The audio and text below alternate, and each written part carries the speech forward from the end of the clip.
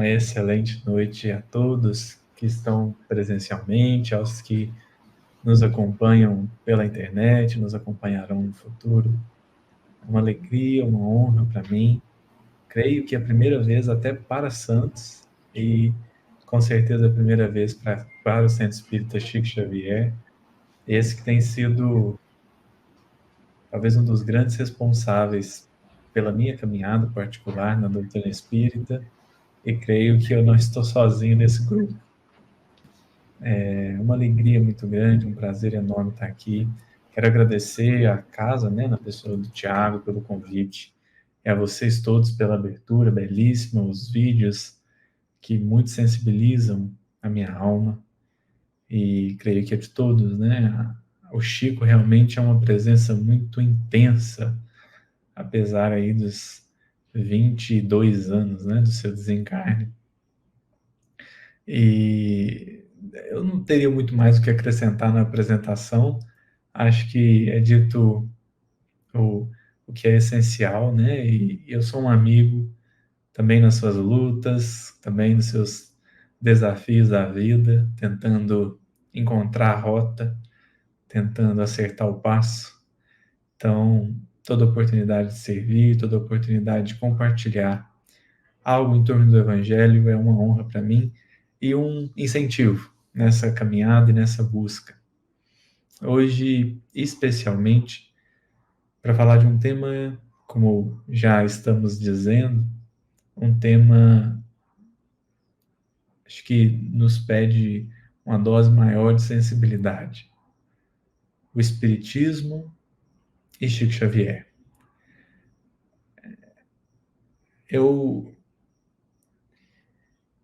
Inicialmente, eu gostaria de ler dois textos, que para mim traduzem um pouquinho do que esse tema representa. Espiritismo e Chico Xavier. Como que esses dois pontos, né, ressoam na nossa intimidade, no nosso coração. Eu vou ler um primeiro, que é rápido, e já justifico o porquê dessa escolha, e depois lerei o segundo. Esse é um pouco mais longo, mas nada cansativo, que eu acho que dá o tom de qual é a nossa perspectiva aqui a respeito da doutrina espírita, mas sobretudo a respeito de Chico Xavier. Porque ao abordar esse tema, eu acredito que a gente não possa cometer o equívoco, ou mesmo o deslize de escapar na idolatria, ou mesmo na reverência insensata. O Chico deixou um exemplo forte demais para todos nós, e eu creio que esse tema é muito especial, e ele nos pede olhar para a figura do Chico como alguém que conseguiu ser espírita na sua essência. Alguém que conseguiu, não sem lutas, não sem desafios, não sem esforços, mas alguém que conseguiu genuinamente traduzir em vida aquilo que Allan Kardec e os benfeitores espirituais escreveram. O Chico é alguém que conseguiu vencer esses grandes obstáculos, porque não nos iludamos. A encarnação ela é desafiadora até para as almas mais nobres. Lembremos de Antênio para Alcione. Antes da sua encarnação, estava o benfeitor ali dizer: minha filha, lá é difícil. Lá é difícil. Então a nossa busca aqui é olhar para Chico Xavier como um espírita verdadeiro. reconhecido não pela sua pureza, mas pela sua persistência e pela sua constância. Então, o primeiro texto que eu gostaria de ler, na verdade, é uma pergunta de O Livro dos Espíritos. É a questão 895, uma questão acho que bastante comentada, mas eu queria que, enquanto eu lesse, a gente pensasse em Chico Xavier. Olha a pergunta que Kardec faz. Postos de lado os defeitos e os vícios acerca dos quais ninguém se pode equivocar, qual o sinal mais característico da imperfeição? A pergunta, a pergunta é muito boa, porque Kardec está dizendo assim: se eu encontro um defeito moral, ou eu encontro um vício em alguém, não tem equívoco. Esse alguém é imperfeito. Então, postos de lado os defeitos e os vícios acerca dos quais ninguém se pode equivocar, se eu vi um defeito moral numa pessoa, ou se eu vi um vício numa pessoa, essa pessoa ela é imperfeita, não tem equívoco aqui. Mas a pergunta de Kardec é: e se a pessoa não tem nenhum defeito moral e nenhum vício? Qual é o sinal mais característico da imperfeição? Então, ele está tirando da jogada defeito moral e vícios. Qual o sinal mais característico da imperfeição? Porque sobrou alguma coisa. Isso já é curioso da pergunta, né? Porque talvez a gente olhasse para essa pergunta e dissesse assim: se tirar todos os defeitos e todos os vícios, então acabou o problema, né? Kardec não está com dúvidas sobre isso, não é essa a pergunta. Ele já está meio que deixando as entrelinhas. Eu sei que, mesmo sem defeitos morais, né, e sem vícios, eu sei que ainda sobra alguma coisa de imperfeição. Mas qual que é o sinal? Qual é o sinal mais característico? Aí os espíritos vão dizer assim: o interesse pessoal. Frequentemente, as qualidades morais são como num objeto de cobre, a douradura que não resiste à pedra de toque. Pode um homem possuir qualidades reais que levem o mundo a considerá-lo homem de bem, mas essas qualidades, conquanto assinalem um progresso, nem sempre suportam certas provas e, às vezes, basta que se fira a corda do interesse pessoal para que o fundo fique a descoberto. O verdadeiro desinteresse é coisa ainda tão rara na Terra que, quando se patenteia, todos o admiram como se fora um fenômeno. O apego às coisas materiais constitui sinal notório de inferioridade, porque, quanto mais se aferrar aos bens deste mundo, tanto menos compreende o homem o seu destino. Pelo desinteresse, ao contrário, demonstra que encara de um ponto mais elevado o futuro. Eu acho essa questão extraordinária, porque a gente pode atestar o que os espíritos estão dizendo. O desinteresse, o verdadeiro desinteresse, é coisa ainda tão rara na Terra que, quando se patenteia, todos o admiram como se fora um fenômeno. E eu creio que aqui hoje nós estamos falando a respeito de um ser humano, de um espírito encarnado, que conseguiu, se não o total desinteresse, porque isso não posso afirmar, mas conseguiu expressar um desinteresse extraordinário. Mas o que chama a atenção é porque nós podemos olhar para a figura do Chico e idolatrar, como se ele fosse a exceção. Idolatrar a conduta do Chico como se bastasse a idolatria. Mas A verdade é que o Chico veio mostrar para nós o quanto um espírito encarnado pode quando ele trabalha com afinco, quando ele traz para si as mensagens, os ensinos. O Chico, ele foi um exemplo, ele é um exemplo de verdadeiro desinteresse. A gente admira como se for um fenômeno. Mas o que os espíritos estão deixando nas entrelinhas aqui? Não é um fenômeno. É um fenômeno na Terra, mas não é o fenômeno.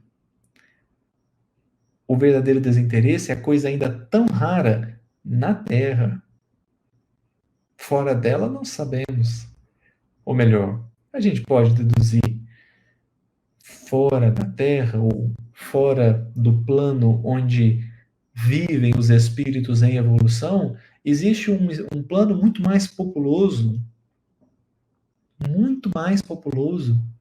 que é o plano dos espíritos puros. Porque se a gente for analisar a rigor, se a gente for ver assim com seriedade, com imparcialidade, a pureza espiritual é o estado normal de um espírito. A pureza espiritual é o estado normal. O anormal é a evolução. Assim, mas como assim? Assim, olha, bem simples a gente perceber isso. Quanto tempo vai durar o seu processo evolutivo? Não sei, vamos chutar um número, sem nenhum compromisso com a realidade, mas vamos chutar um número. 20 bilhões de anos.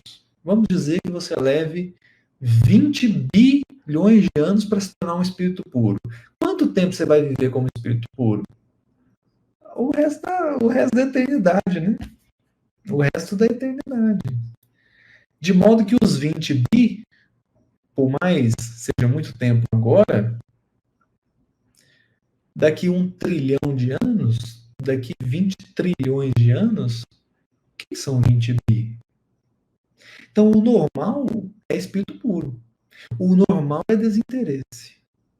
O verdadeiro desinteresse. Isso é o normal. O anormal é o interesse. Por isso que os espíritos estão dizendo, olha como que eles dizem, o verdadeiro desinteresse é coisa ainda tão rara na Terra que quando se patenteia, todos o admiram como se fora um fenômeno. Como se fora, mas não é. Porque o espanto, entre aspas, né? É claro que todos os espíritos passam pela evolução, todos os espíritos passam por momentos como o nosso, não há nenhuma crítica ou julgamento aqui. Mas a gente precisa perceber que o atual estado nosso, enquanto seres em evolução, esse é um estado transitório.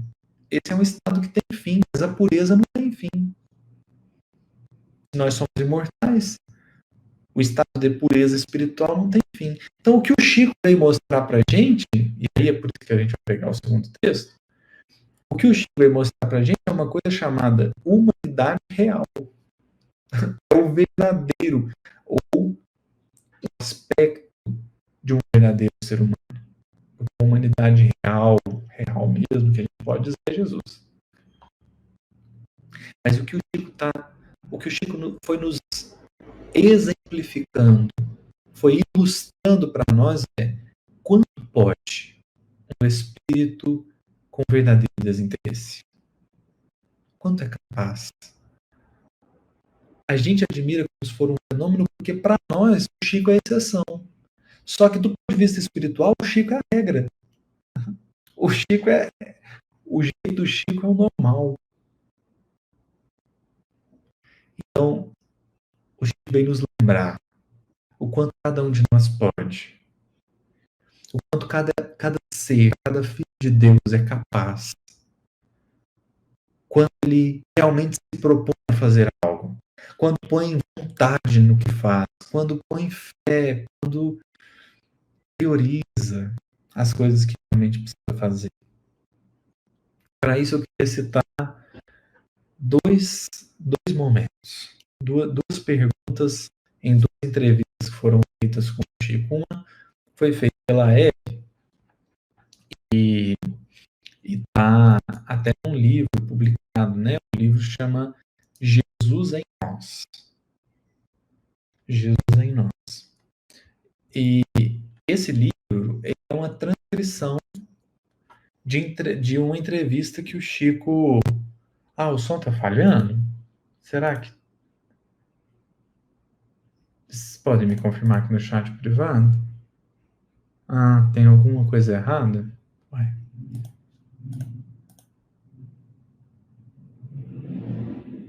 Pior que... Deixa eu ver aqui.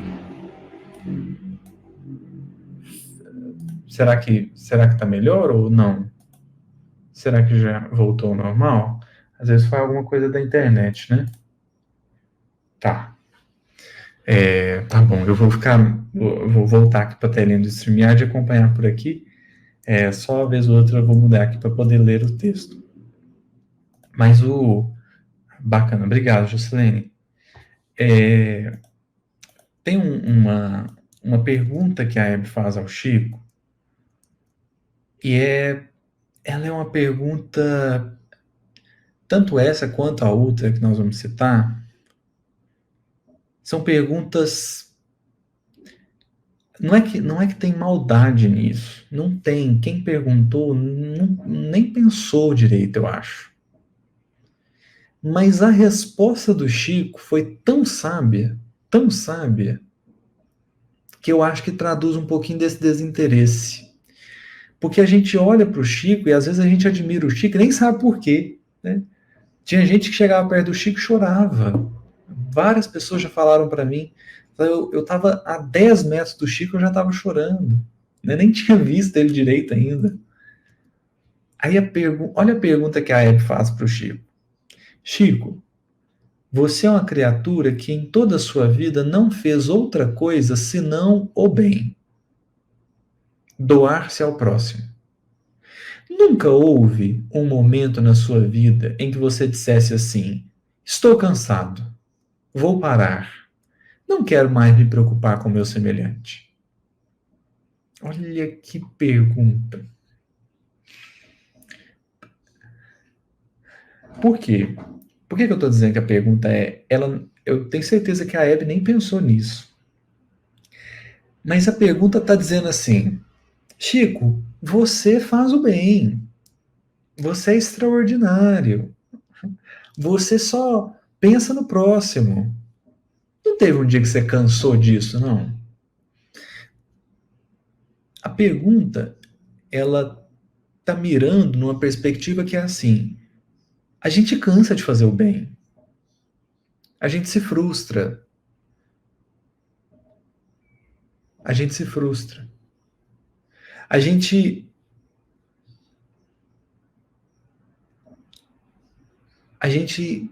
faz, mas aquilo despende uma energia tão grande. E aí, antes de ler a resposta do Chico, eu queria lembrar uma mensagem do Emmanuel. A mensagem chama: O bem é incansável. Está no livro Pão Nosso, capítulo 11. O bem é incansável. E o Emmanuel começa a mensagem não com essas palavras, né? Mas quem quiser ler depois, acho que vale super a pena. Ele começa mais ou menos dizendo assim: frequentemente a gente ouve as pessoas dizendo que estão cansadas de fazer o bem. Estejamos certos, porém, de que semelhante afirmativa não provém de fonte pura. O que o Emmanuel vai mostrar no texto é que só se cansa do bem quem de alguma maneira espera alguma recompensa pelo bem que faz. O bem pelo bem não é cansativo. Porque essa é a pergunta que advém do título, né? Porque Emmanuel diz: o bem é incansável. E aí alguém poderia se perguntar: se o bem é incansável, por que a gente se cansa dele? Porque a nossa expectativa no bem está distorcida. Por isso que ele começa o texto dizendo isso. Quem se cansa do bem, porque veja, não é se cansar da instituição, porque às vezes a gente cansa. Não é o cansaço físico que precisa de repouso. é quem se cansa do bem. É aquela pessoa que fala assim: chega, eu não faço bem mais. Eu não faço bem mais. É desse ponto que o Emmanuel está comentando. Porque o que Emmanuel vai comentar é que o bem vem de Deus. E se o bem vem de Deus, haveria sensação melhor, haveria lugar melhor para se estar do que na ação do bem? O bem é incansável porque o bem não tem interesse. O bem não espera resultado, porque às vezes a gente se frustra porque a gente faz uma coisa e espera ver mudanças. Porque a gente faz alguma coisa e espera ver algum resultado. Porque a gente faz alguma coisa para alguém e espera uma recompensa, um reconhecimento. Mas ali naquela mensagem, o benfeitor está dizendo: quem faz o bem pelo bem não se cansa. Não se cansa. E a pergunta que a Hebe faz para o Chico, ela é delicada. Porque se o Chico respondesse assim: eu já, muitas vezes, Hebe, eu pensei em parar, mas o Emmanuel não deixou. Seria uma resposta, não, vamos dizer assim, não, acho que não corresponderia com a verdade, né? Até porque ele respondeu de outro jeito, mas seria uma resposta que implicaria num desejo ou num interesse do Chico sobre o bem que ele fazia. Mas a resposta do Chico chama atenção para um ponto ainda mais sutil.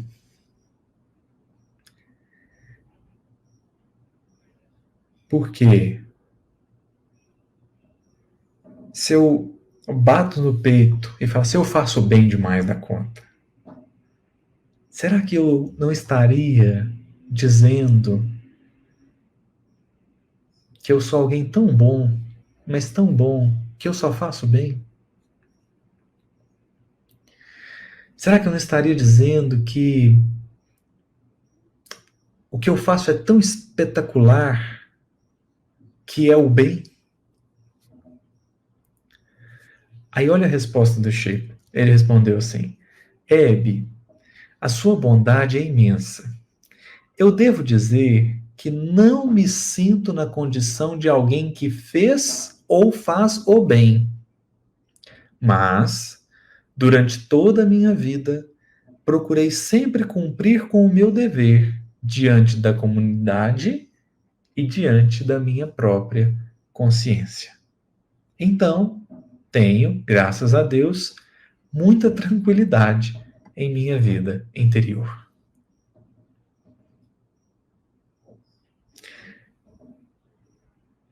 Não me sinto na condição de quem fez ou faz o bem. Apenas cumpri o meu dever perante a minha comunidade e a minha consciência. Por que a mudança, por mais que ela pareça sutil, e ela é de fato, por que ela é importante?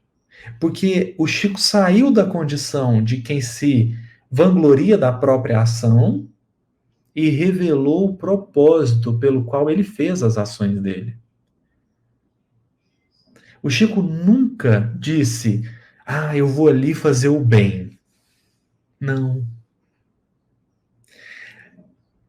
Ele foi cumprir um dever que a consciência dele apontava.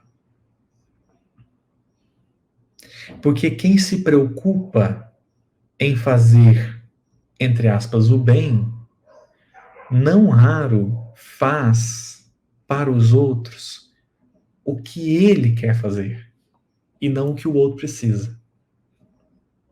Eu vou lhe fazer o bem agora. O que você vai fazer? Distribuir cesta básica. Eu falo: tudo bem, mas e se a pessoa precisar de uma conversa fraterna? Então você não está cumprindo com o seu dever, você está atendendo o seu anseio. O Chico cumpriu o dever perante a comunidade e perante a sua própria consciência. Isso se chama desinteresse pessoal. Fala: mas ele está cumprindo o dever dele, Mas é claro, ele não pode cumprir o dever do outro, né? Senão, senão rapaz que ele ainda cumpria. Assim, eu vou lá cumprir. E ele fez, né? Se for ver bem mesmo, a rigor, o Chico cumpriu os deveres de várias pessoas que abriram mão dos próprios deveres. Mas percebamos que ele não. A tarefa imposta a ele era a que ele cumpriu. Mas o que mais me marca dessa resposta do Chico é que ele atendeu ao que a consciência dele pedia. Isso revela conexão consigo mesmo, revela conexão com Deus e revela consciência daquilo que veio fazer. Afinal de contas, não é isso que o Espiritismo pede de nós? É porque na ânsia, às vezes, de fazer o bem, na ânsia de se sentir caridoso, na ânsia de se sentir virtuoso, a gente transforma o trabalho no bem como se fosse uma corrida. E a gente está doido para chegar no resultado final. Só que o Chico está mostrando aqui que o mais importante do caminho é caminhar. E tem gente que está olhando para o resultado. Porque eu quero ficar puro logo. Não, porque eu quero ir para nosso lar, porque eu quero. Calma, né? Calma um pouquinho. O importante do caminho é caminhar. Por isso que ele não se cansou. Porque o que cansa a gente é a ansiedade. A gente está ansioso pelo resultado, pela recompensa, pelo reconhecimento, pela conclusão. Por isso que Jesus diz, né? Não andeis inquietos por coisa alguma. O Chico não se cansou porque ele nunca mirou no interesse dele. Ele mirou na tarefa que ele precisava cumprir. Dia após dia, a cada dia basta o seu mal, dia após dia lidando com os problemas. Por isso que me marcou muito a música do Nando agora, né? Do Nando Cordel, que foi colocado no início. Porque, por exemplo, quando deu o caso do Humberto Campos, que a família processou o Chico escreveu para o Vantuil assim: as pessoas estão achando que estão me defendendo, porque começou, né? Uma briga espírita, julgando, criticando, condenando a família do Humberto Campos, achando que estava defendendo o Chico. E aí o Chico escreve para o Vantuil assim: essas pessoas mais me atrapalham do que ajudam. Porque estão mirando no ponto errado. E o Chico seguiu. Constante e persistente no próprio dever. Ainda ontem falávamos sobre esse caso e a gente falou, quem foi que processou o Chico? Não sei. Tem que pesquisar aqui, né? Tem que perguntar para o Google. Quem foi que processou? Assim, e o Chico? Você lembra do Chico? Muito mais. No momento do acontecimento, aquilo parece uma bomba atômica. Hoje,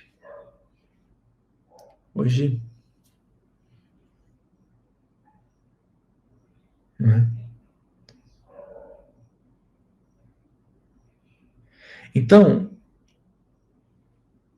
o que chama a atenção nessa resposta do Chico é a consciência que ele tinha sobre o que ele precisava fazer. Isso é desinteresse. Agora, eu queria ler agora um texto de Emmanuel. Esse é um pouquinho mais longo, mas vai ser breve, ainda assim. Humanidade Real. Está no livro Fonte Viva, é o capítulo 127. E Emmanuel vai selecionar um versículo do Evangelho de João, que é quando Pilatos está apresentando Jesus. E Emmanuel faz uma análise muito interessante. Emmanuel, o versículo é: Eis o homem. Quando Pilatos vai apresentar Jesus, ele diz isso: eis o homem.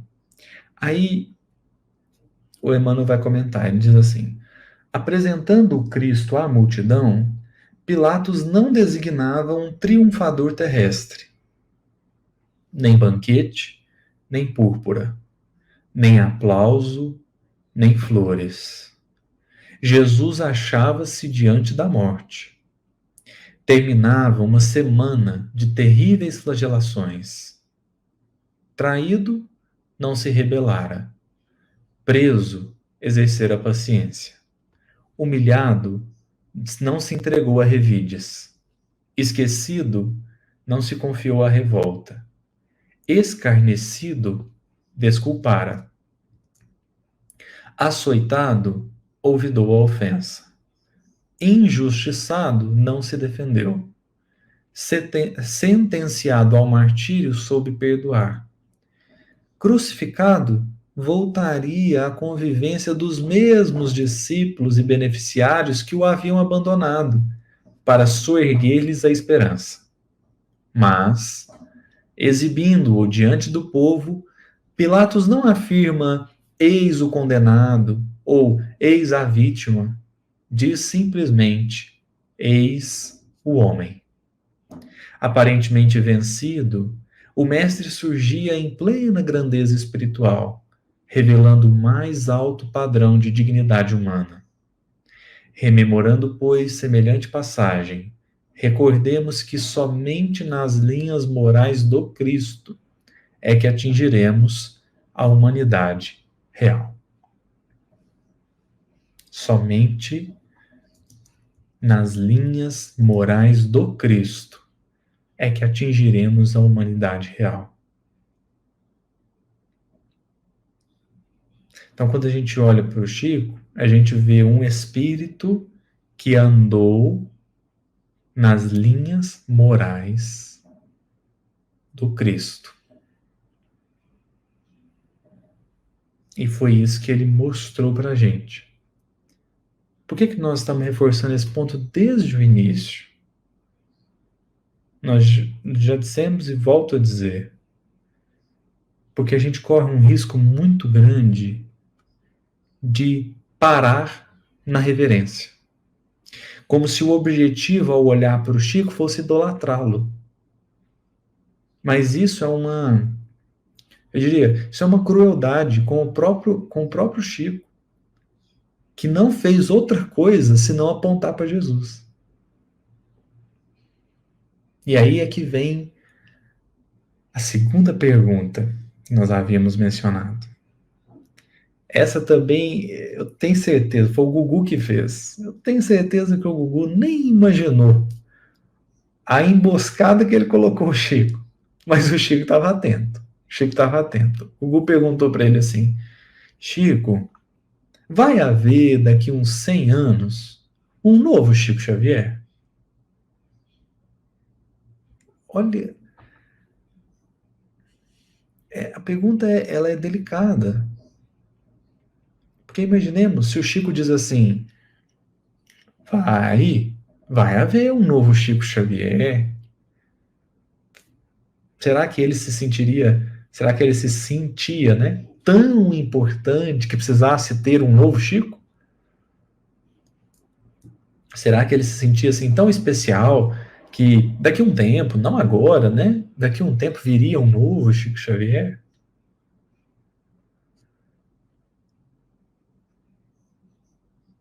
E o pior é que a resposta não vai haver um novo Chico Xavier. Ela é muito delicada também. Porque nas entrelinhas estaria dizendo assim, não, eu sou tão especial que não vai ter outro igual a mim. Então, eu lembro quando eu ouvi a pergunta, eu falei, meu Deus, o que o Chico vai responder? Porque o sim e o não, para mim, pareciam complicados. Sim, vai ter um novo Chico. Mas será que o Chico é tão indispensável assim que precisa ter outro, né? Não vai ter outro Chico Xavier, não. Será que o Chico é tão insubstituível assim que não possa ter outro? Aí, de novo, a resposta do Chico, sábia e precisa. Ele diz assim: eu não sou nada. Eu não sou nada. Eu sou como um capim. Você arranca hoje, nasce outro amanhã. Sou como um capim. Quando arranca hoje, nasce outro amanhã.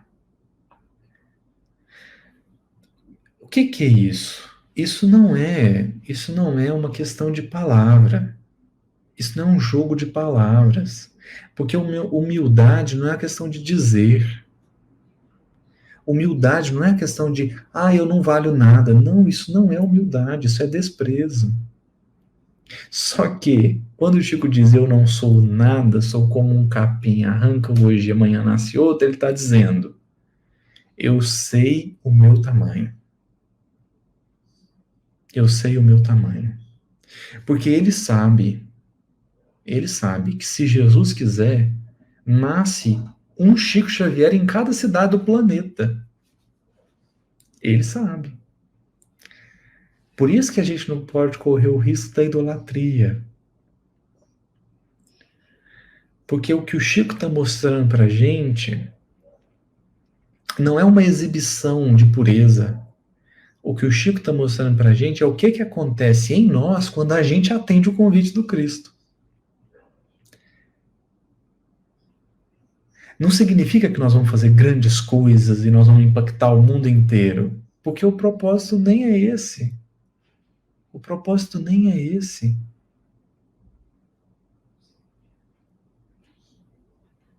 O propósito é cumprir o próprio dever. Não é se orgulhar da caridade que faz. Não é se vangloriar da quantidade de pessoas que atinge. Porque isso revela uma profunda ignorância. Como é que a gente pode se sentir grande? Isso é um golpe do nosso orgulho, né? Tem pessoa que fica até desanimada. Mas pensemos com mais maturidade nesse sentido. Como que a gente pode se sentir grande?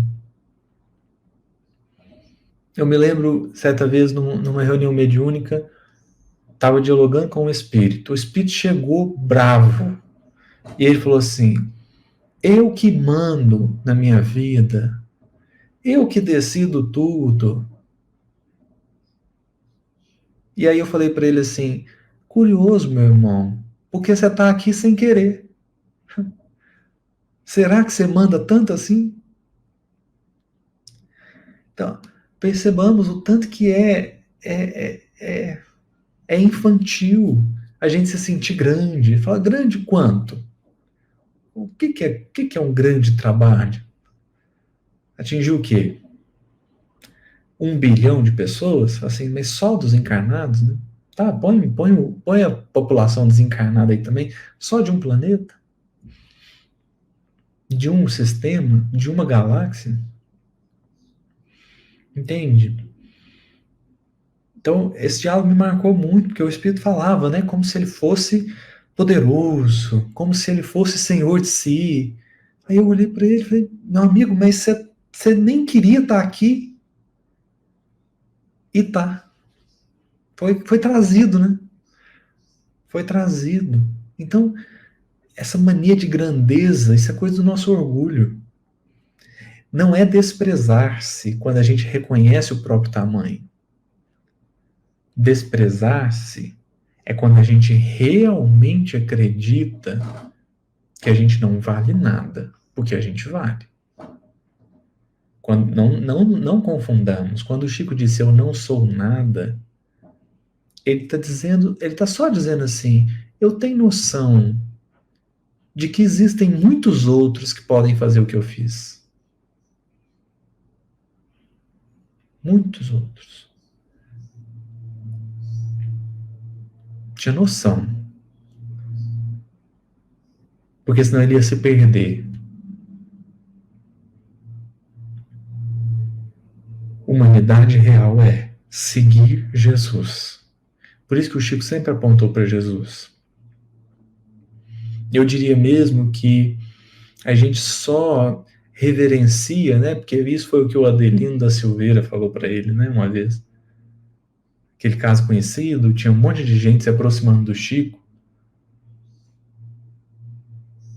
E o Adelino ficou tão espantado com tanto de demonstração de carinho, de afeto. E aí o Chico perguntou para ele, né? Meu filho, por que você acha que essas pessoas vêm me ver? E ele, até meio sem saber, né, respondeu assim: Ah, Chico, elas devem estar com muita saudade de Jesus. E eu acredito firmemente nisso. A gente olha no Chico e mira no Cristo, ainda que sem saber. É o que Paulo disse a Lucas no final do capítulo 8 da segunda parte de Paulo e Estevão, quando está aquela cena comovente das pessoas despedindo de Paulo. Tem idosos, tem crianças, tem mulheres, tem homens, até Tiago vem, né? Emocionado, despedido de Paulo. Aí o Lucas fala assim: Paulo, eu tenho que registrar isso, a posteridade precisa saber do que aconteceu aqui. E aí o Paulo fala assim: não, Lucas, não fale de virtudes que eu não tenho. Essas pessoas que despediram de mim, na verdade, buscaram o Cristo. Mesmo sem saber, elas olhavam para mim, se sensibilizavam, mas não por mim, e sim por Jesus. O Chico apontou para Jesus sempre, porque assim haverá de ser. Ninguém pode dizer-se exemplo para quem quer que seja. É preciso apontar para Jesus. Ele é a referência. Porque quando a pessoa não estiver dando conta dos problemas dela, ela precisa entender que ela precisa buscar Jesus. Porque talvez eu também não vou dar conta do problema dela. Por isso que o Chico nunca desviou da referência. A humanidade real. O ser humano real, verdadeiro, é alguém que está nas linhas morais do Cristo. E é exatamente isso que o Espiritismo pede de nós. Tenho refletido bastante a esse respeito. O Espiritismo não é a religião no termo comum. Porque o Espiritismo não é uma coisa que a gente vai praticar uma vez na semana e vai embora. O Espiritismo não é uma coisa que a gente vai no centro espírita para fazer. O Espiritismo é uma maneira de viver. Por isso que os primeiros espíritas acabavam preferindo o nome filosofia. Filosofia espírita, filosofia espiritualista. Porque é uma maneira de viver. É um jeito de considerar a vida.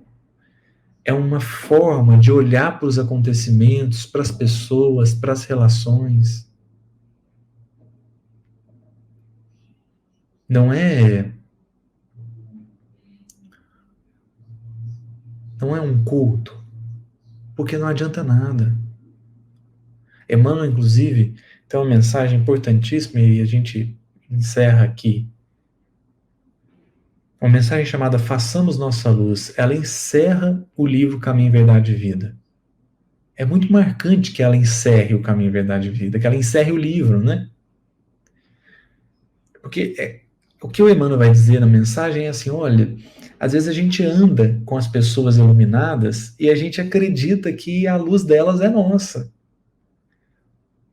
E a gente corre um risco enorme de, ao estar em caminho com pessoas iluminadas, esquecer de acender a nossa luz. Aí Emmanuel lembra: porém, pode chegar um dia em que essas pessoas vão ter que se afastar para cumprir outras atividades. E aí? E aí? É preciso ter luz própria. Porque reverenciar a qualidade dos outros não alimenta as nossas. E aí é muito interessante que essa mensagem encerre o livro, né? Porque é como se o Emmanuel estivesse dizendo assim, olha, durante 180 mensagens a gente esteve junto. Agora que o livro acabou, você segue adiante. Agora não tem o livro mais, entre aspas, né? Agora é preciso você acender a sua luz. E assim o Chico.